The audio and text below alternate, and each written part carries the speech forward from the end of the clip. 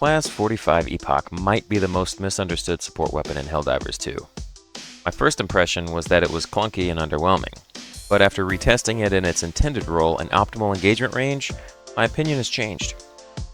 In the right conditions, this is one of the most devastating anti-heavy and anti-tank weapons in the game. Today, we're breaking down the good, the bad, and the ugly, and how to use the Epoch to its full potential.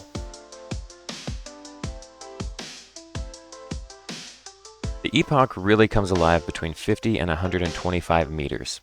At this range, you have the time and space to fully charge each shot without worrying about splash damage to yourself and minimal risk of incoming flinch. And that's where it delivers its maximum potential. A fully charged shot outputs AP 5 penetration with a combined 1600 damage, 800 ballistic and 800 explosive. That's enough to outperform Quasar and EAT rockets, and in certain scenarios even beat the recoilless rifle for sustained anti-tank DPS, assuming that the recoilless rifle is not team loading. It plays like a semi-mobile artillery cannon. You're not in the thick of the fight. You're sitting back, watching the battlefield, and punishing big threats before they become a problem to you or your team. If you're the kind of Helldiver who likes a slower-paced, methodical style instead of chaotic, close-range brawling, this weapon fits like a glove, ironically. Using first-person view is a huge quality of life boost as well.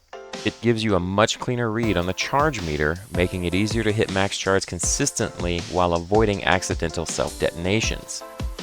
And while the uncharged shot is still weak against armor, it does have a surprising use case. Clearing out small swarms of unarmored or lightly armored enemies when a teammate gets jumped.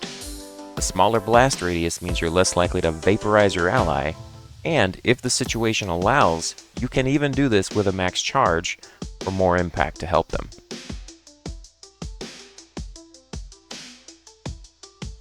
The catch is that all of this performance hinges on having the perfect setup. Good positioning, clear sight lines, and no enemy focus on you. If you're caught in close-range chaos, the Epoch becomes slow and clumsy.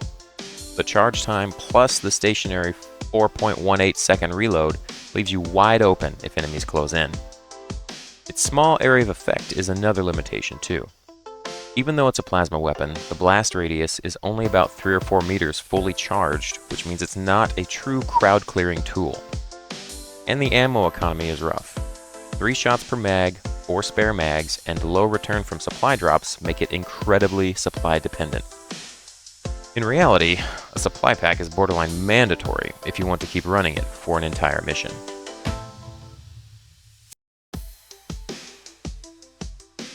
At close range, the Epoch's splash damage is just as dangerous to you as it is to the enemy. One mistimed charge shot when a target rushes you, such as a pouncer or a hunter, it'll just kill you outright. It's also very niche. When you can play in its comfort zone, it's brilliant. But in missions with poor sight lines or when you're forced to stay mobile in the middle of enemy swarms, it drops to a C-tier performer very quickly. And while its single target performance in optimal conditions is A-tier, it lacks certain features that could push it to the top. If it had a backpack, for example, that enabled team reloads, it could easily be an S-tier anti-tank weapon.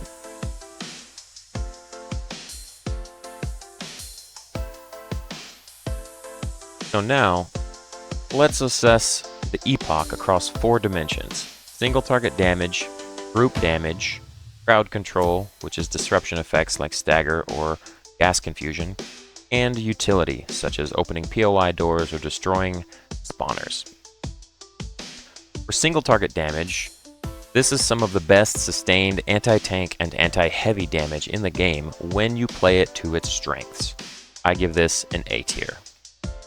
For group damage, it has a small AoE and a slow firing cycle, which limits its ability to target multiple enemies effectively. So for this, I would give it a C tier. For crowd control, which again is disruption effects like stagger or confusion, I would say that it is useful for staggering against some light targets and medium targets and a little bit against certain heavy units, but overall it's not really good for crowd control because of that slow firing cycle. I would give this a C tier for crowd control. And lastly, It can destroy fabricators in 2 or 3 shots, but otherwise it has no major utility for things like opening POI doors or destroying other types of structures. So I would give this a C tier. And as for an overall grade, I would rate this as a C tier weapon for general play. However, A tier in its anti-tank and anti-heavy niche, as that is its primary role. This is a powerful specialist tool when used correctly, but limited versatility keeps it from being a universal pick for any given scenario. And now I want to give a brief comparison to highlight how weapons with similar damage can have different roles. The railgun is the Epoch's closest counterpart. Both are AP5 high penetration support weapons with very similar total damage outputs and self-detonation risk, but how they deliver that damage and at what range they do it best is very different. Consider the Factory Strider's top cannon. The Epoch destroys it in 2 max charge shots, the railgun destroys it in 3 shots.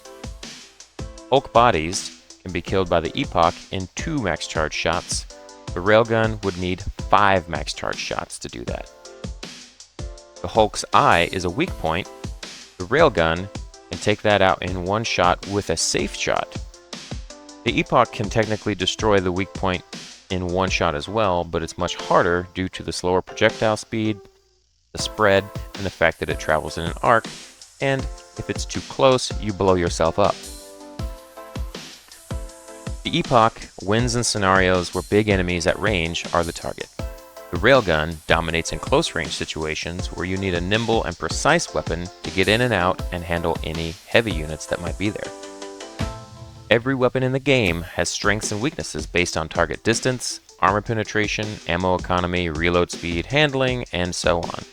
It's critical to keep these things in mind when considering how, quote, good or bad a weapon performs, because it's probably going to depend on the situation.